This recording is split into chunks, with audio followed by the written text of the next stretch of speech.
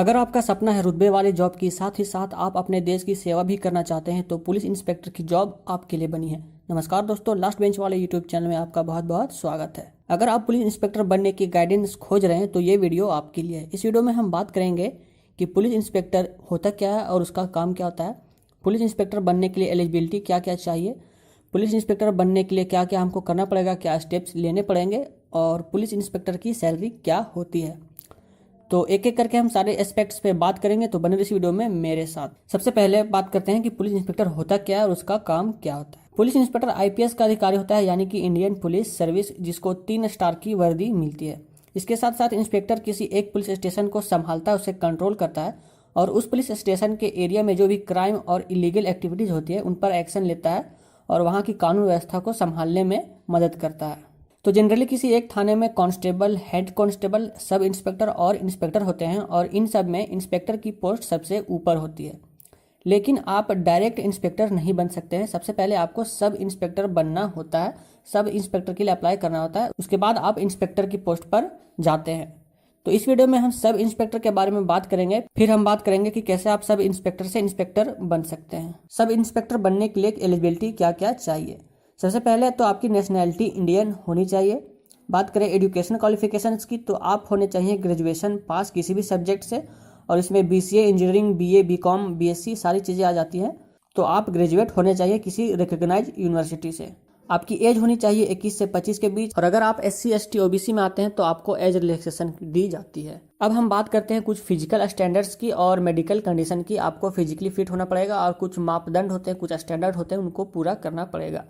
तो अगर आप मेन हैं तो आपकी हाइट 170 सेंटीमीटर होनी चाहिए। अगर आप SC ST में आते हैं तो आपको 162 से 165 तक की छूट मिलती है। अगर आप वुमेन हैं तो आपको 157 सेंटीमीटर की हाइट मांगता है, और अगर आप SC ST में आते हैं तो आपको 152 से 155 सेंटीमीटर तक की छूट दी जाती है। बात करते हैं अगर चेस्ट की, तो अगर आपका चेस्ट 80 सेंटीमीटर होना चाहिए बिना फुलाए हुए, और 85 सेंटीमीटर फुलाए हुए यानी एक्सपेंडेड। और मेडिकल कंडीशन में आपको कलर ब्लाइंडनेस नहीं होना चाहिए ना, और आपका जो विजन है वो 6/6 होना चाहिए।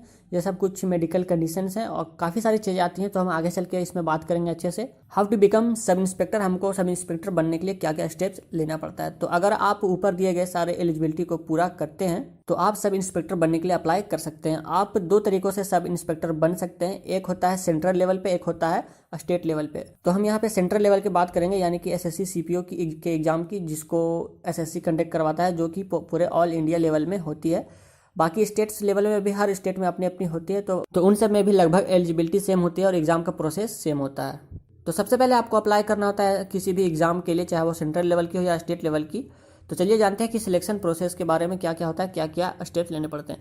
सबसे पहले आता है हमारा स्टेज 1, जिसमें आपका टेस्ट लिया जाता है, रिटन टेस्ट लिया जाता है। आपको रिटन टेस्ट लिखना होता है, आपको क्वेश्चन सॉल्व करने होते हैं ऑब्जेक्टिव टाइप। तो यहाँ पे आपको general intelligence, reasoning, general knowledge, general awareness, quantity aptitude और इंग्लिश कंप्रहेंशन से रिलेटेड सवाल पूछे जाते हैं।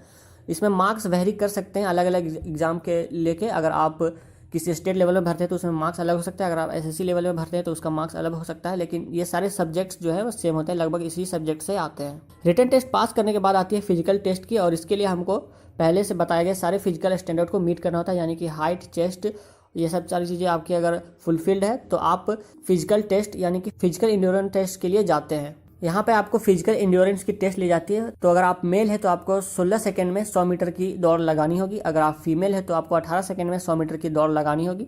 बात करें अगर लॉन्ग जंप की, तो अगर आप मेल है तो आपको 3.65 मीटर्स की लॉन्ग जंप मारनी है, 3 आपको ट्राई मिलेंगे। अगर आप फीमेल है तो आपको 2.7 मीटर्स की लॉन्ग जंप मारनी है, आपको इसमें भी 3 ट्राई मिलेंगे, 3 बार में आपको करना है, अगर कर सकते हैं तो ठीक है।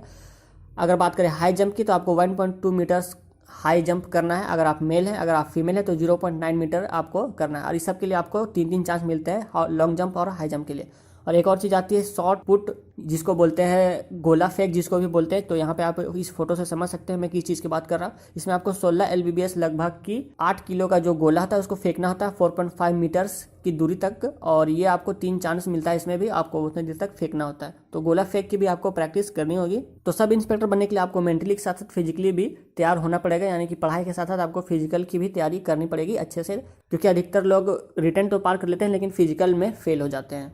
तो जब आप पीईटी यानी कि फिजिकल इंड्योरेंस टेस्ट पास कर लेते हैं तो आपकी मेडिकल टेस्ट होती है। यहाँ पे आपका कलर विजन, आई विजन, आपके घुटने टच तो नहीं करते हैं, आपके पैर के तलवे ठीक है या नहीं, ज़मीन से टच करते हैं या नहीं करते, और भी बहुत से पैरामीटर से आपको गुजरना पड़ता है। और इस सब स्टेज को क्लियर कर देने के बाद यानी मेडिकल क्लियर कर देने के बाद आपको बुलाया जाता है डॉक्यूमेंट वेरिफिकेशन के लिए। फिर वहाँ आपको मिल जाती है सब इंस्पेक्टर की जॉब। आपको कुछ दिनों की ट्रेनिंग लेनी पड़ती है, उसके बाद आप सब इंस्पेक्टर के लिए चुने जाते हैं। सब इंस्पेक्टर बन जाने के बाद आपको कुछ सालों का एक्सपीरियंस लेना पड़ता है, और आपका अगर काम अच्छा रहा तो आपको इंस्पेक्टर की पोस्ट के लिए प्रमोशन कर दिया जाता है।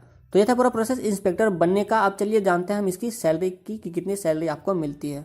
बात करते हैं अगर स्टार्टिंग सैलरी की, तो आपको स्टार्टिंग सैलरी लगभग 35,000 से शुरू हो जाती है, और वक्त के साथ साथ और एक्सपीरियंस के साथ साथ ये इंक्रीज होती रहती है, बढ़ती रहती है। और साथ साथ समाज में कानून व्यवस्था बनाए रखने की भी जिम्मेवारी आपको मिलती है, जिसको पैसे से कंपेयर नहीं किया जा सकता। ये सारी चीज़ें आपको मिलती है। तो ये था पूरा रोड मैप इंस्पेक्टर बनने का। अगर आपका भी सपना है इंस्पेक्टर बनने का तो इस वीडियो के नीचे कमेंट करके जरूर बताएं। वीडियो अच्छी लगी तो इसे लाइक कर दीजिए, शेयर कर दीजिए अपने दोस्तों के साथ फेसबुक व्हाट्सएप ग्रुप में, और ऐसे वीडियो मैं लाते रहता हूँ तो मेरे चैनल को आप सब्सक्राइब कर सकते हैं। मैं मिलूंगा आपसे अगली वीडियो में, तब तक के लिए बाय।